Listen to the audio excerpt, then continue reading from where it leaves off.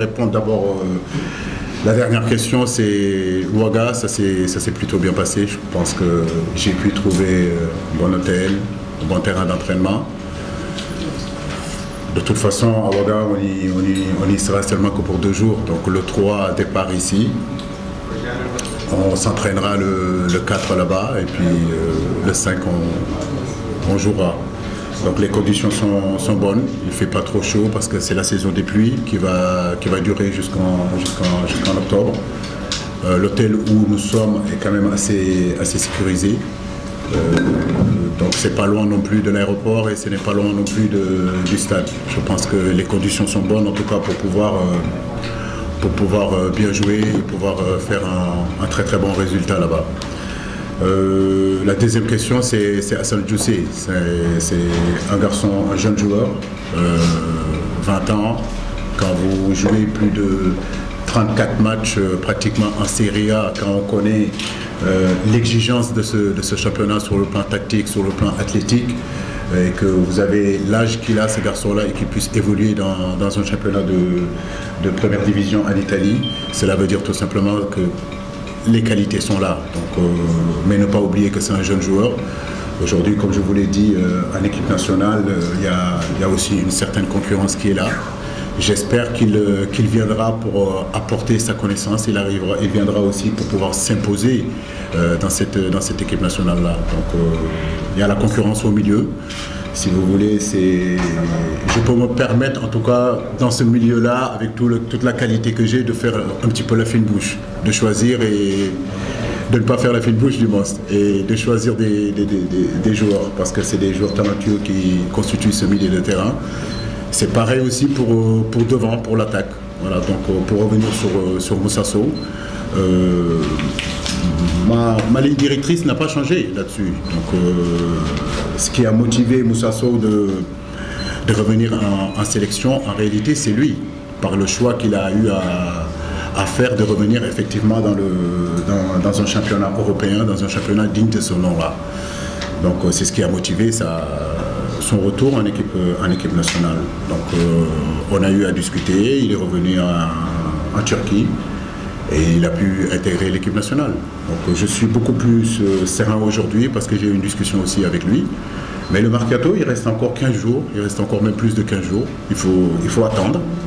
Donc on verra d'ici 3 semaines qu'est-ce que Moussa, le choix qu'il va faire. Et c'est par rapport à ce choix-là que son retour en équipe nationale va se faire ou ne va pas se faire. Tout simplement parce qu'encore là aussi, on a quand même assez de qualité devant pour pouvoir aujourd'hui se permettre de faire des choix qu'il faut. On a de très bons attaquants aujourd'hui, comme vous le voyez. Famara n'est pas là, un garçon comme Babacar Rouma n'est pas là. Moussa Konaté s'est absenté depuis un bon bout de temps. Aujourd'hui, il revient. Donc je pense qu'il y a une grosse concurrence là-bas. Il y a des postes où aujourd'hui le Sénégal n'est pas diminué. C'est attaquant, c'est milieu de terrain, c'est défenseur axe. Donc là, c'est vrai que effectivement, la concurrence est rude. Et pour les joueurs, il est important non seulement d'être à leur meilleur niveau, et aussi, je le dis et je le répète, d'être dans des championnats dignes de ce nom-là. Si d'ici le 28 Moussa Sow n'a pas de club, ça sera peut-être dans le groupe. Pardon? Si le 28 date du début du regroupement, si Moussa Sow ne revient pas en Europe, vous allez le maintenir dans le groupe ou non? Mais je vous ai dit qu'il n'y a rien qui change sur ma ligne directrice. Je vous ai dit qu'aujourd'hui, le mercato, il reste encore 15 jours. Attendons de voir. Je crois que Moussa est un grand garçon. Il n'a pas besoin aujourd'hui des conseils d'un coach ou bien d'un journaliste. Il sait ce qu'il doit faire, c'est un grand professionnel. Je compte sur lui, voilà, comme je compte sur d'autres joueurs, mais j'attends aussi qu'il fasse l'effort de retrouver un club en Europe. Maintenant, c'est ce que je vous dis aujourd'hui. Demain, peut-être que je vous dirai autre chose. Voilà, si contre le Burkina, il me plante 4 buts à domicile et qu'il me plante 4 buts à Ouaga, là, c'est peut-être que je changerai ma façon de penser. Mais aujourd'hui, c'est ce que je peux vous dire sur Moussa. Mais en fait, ce n'est pas un cas. Il sait, on a discuté, il comprend les choses, c'est un garçon intelligent. Il a ses convictions, j'en ai aussi. Donc on va se retrouver quelque part, j'en suis sûr. Oui, je crois que la première question, je m'en rappelle, c'est... Oui, Mambiram. Mambiram, c'est effectivement un problème. Il faut pas se voiler la face. C'est vrai qu'aujourd'hui, Mam vient en équipe nationale pour évoluer en tant qu'attaquant de pointe, en tant que buteur. C'est ce que j'attends de Mambiram, et c'est ce que nous connaissons tous de Mam. Cette faculté de peser sur une défense, sa générosité, ses appels de balle en profondeur, il nous donne énormément de profondeur. Il est capable aussi de garder le ballon dos au but, mais il est capable aussi de marquer des buts. Donc bon, après à Stoke, il y a un schéma qui a changé. Il passe en 3-4-3, où il évolue un petit peu comme piston sur le côté droit. C'est vrai que c'est un problème pour nous. Je souhaite et j'aimerais que Mam retrouve son poste d'attaquant de pointe.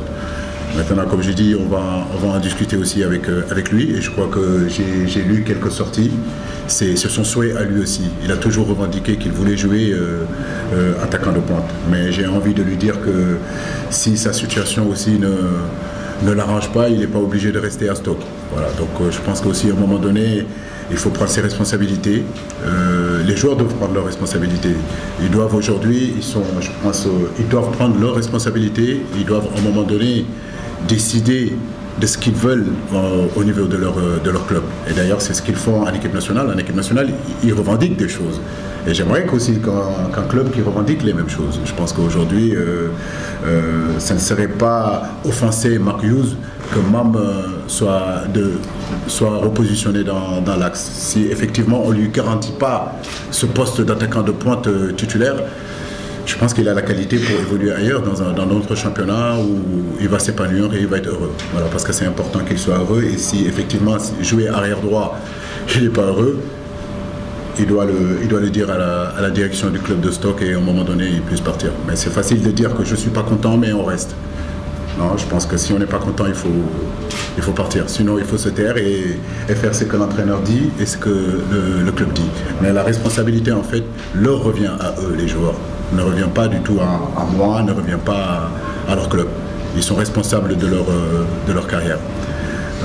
Concernant la deuxième question, Younous Sankaré, oui, Younous, je l'ai fait venir en équipe nationale alors qu'il évoluait à Guingamp. Donc c'est un garçon que j'ai décelé des qualités offensives. Je savais qu'il était capable au niveau de la passe de donner de bons ballons. Mais ce que j'ai toujours demandé à Younous, c'est qu'il se projette un peu plus. Et là, je vois que depuis quelques temps, non seulement il est dans la zone de préparation, il est dans la zone de consolidation, mais maintenant il arrive à exister dans les zones les plus importantes pour moi dans le football, qui sont dans les zones de déstabilisation et dans la zone de finition.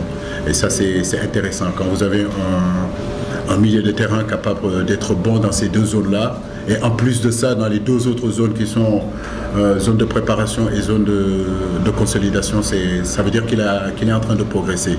Parce que à Bordeaux, à Lille, ça a été un petit peu plus compliqué. Maintenant, sa titularisation au sein de l'équipe nationale ne dépendra que de lui. Voilà, donc comme je le dis, tout entraîneur a envie de gagner. Je ne vois pas un entraîneur qui met 11 joueurs sur le terrain pour perdre.